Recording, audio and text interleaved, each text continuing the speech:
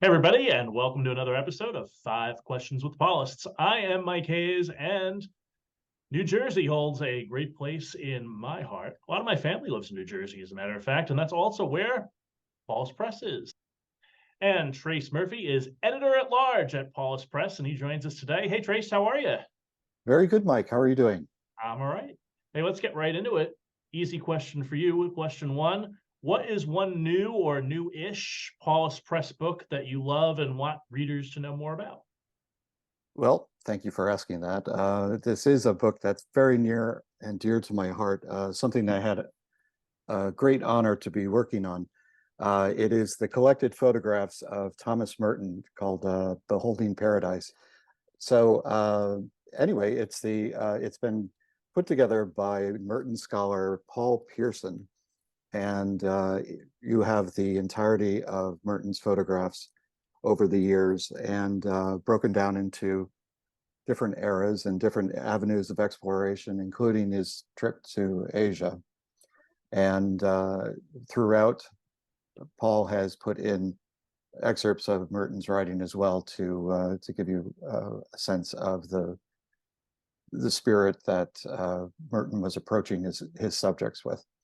So it's perfect for gift giving season, and I completely recommend it. If it's something even the casual Merton reader, I think will find enlightening in terms of looking. You can't read Merton, I think, without thinking of the arc, the spiritual journey, and that's something that is really spelled out quite clearly through his photographs. So I would also recommend that if anyone is curious, they can go to the Paulist Press website. They have sample spreads on the front page. You can click on and you can see the interior of the book. Oh, nice. So it's at paulistpress.com, right? Exactly. Very cool. I have someone in mind for that book, so I'm going to go do that right after we finish here. Perfect. Good. Question two. What's one current trend publishing that you love and that are happy to see? Well, it's not a new trend, but it is an ongoing trend, and that is audiobooks. That audio has been trending since I started in publishing in the 90s, but there are always new innovations happening. And most recently, Spotify announced that they were going to a new model of use wherein premium subscribers can get up to 15 hours of any audiobook in the Spotify library a month. And I'm not alone. I know a lot of people love audio. I certainly use it all the time. So the health and well-being of audiobooks, I think, is an exciting thing for me. Yeah, that's great, especially for folks who are on the road all the time. I know that they really depend on audiobooks. It's how they get their reading done for the most part. Absolutely. Yes. No, I just One of my classmates listens to audiobooks while he mows the lawn, which I never thought of doing. good. Well, anything to make it an enlightening experience or to pass the time. Uh, Exactly. Yeah. So, question three: what's a trend or a current trend in publishing that you hate and are sorry to see? I okay. I'm going to say AI, but with a caveat. Before you don't need to pull out the Luddite term. I'll come around on this here. What I am a little dismayed at is that with the amazing tools of AI and ChatGPT that we've all been experimenting with this last several months, you see a proliferation of these instant books, these manufactured books, particularly through Amazon, through non publishers, really. People just sort of putting things together, and you see it's largely in the nonfiction realm, although not exclusively. But books of history, biography, travel books, and the quality is not there. It's not to say that it won't be someday, because who knows where it's all leading.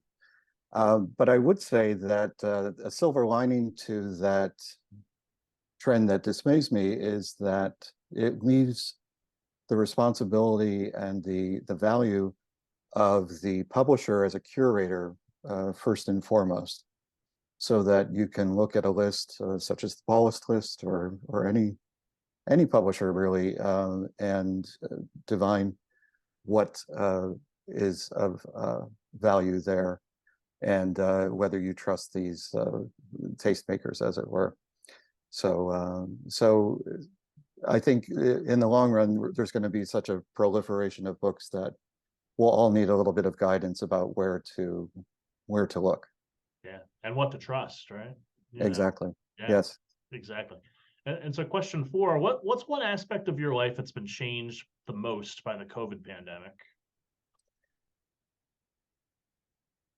Well, I think I'm not alone here. Just the change in the work environment. I'm at home in New York right now.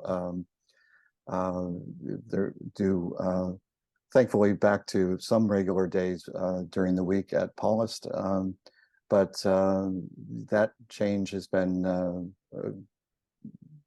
very is significant for me, as it is for everyone. So. That's something that leaps first to mind. Nice. And finally, question 5, it's a zombie apocalypse. And so can you give me 3 saints or holy people that you would want on your side fighting for you against the zombies during a zombie apocalypse? Sure. Well, first, for spiritual solace and strength, I would say Mother Teresa is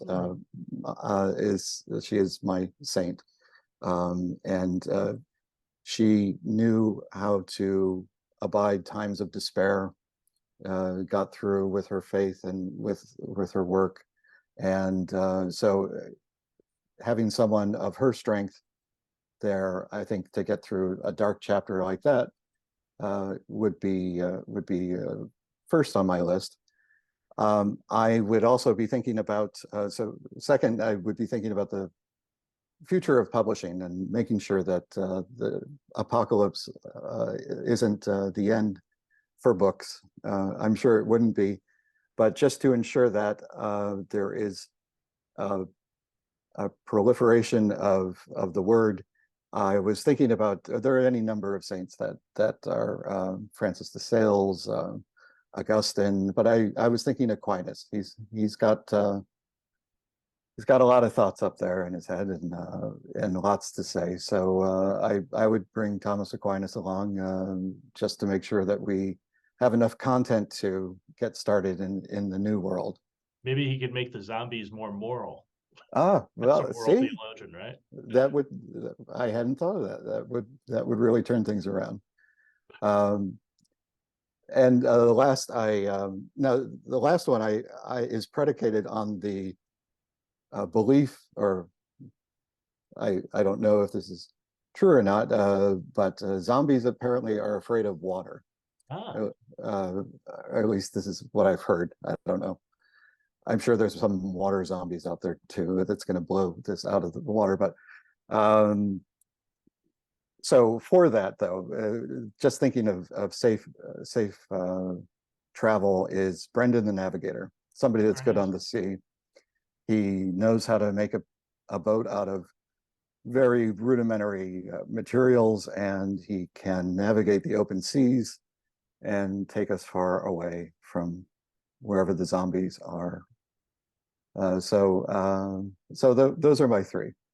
that'd be great. I was at St. Brendan's Parish for my field Oh, education last year, and ironically, this is Providence. I'm having dinner tonight with the pastor of St. Brendan's Parish, so I'll let him know that you were you picked Brendan as one of the 3 people that you would want fighting on your side. That'll make him happy. fantastic. I appreciate that. And so, Trace, that's 5 questions, and that's been it's just been so great having you. Thanks for all your work at Paulist Press too. I know that being a small publisher is not always easy. So thanks for all the work that you do, and for all the great authors that you come across and share with us, and lead us to deepen our own faith and spirituality by doing so. Thank you so much. It's great to be here talking with you. Thank you. That's great. And so he's Trace Murphy. I am Mike Hayes. Those have been 5 questions with the Paulists, and we'll see you all again next time.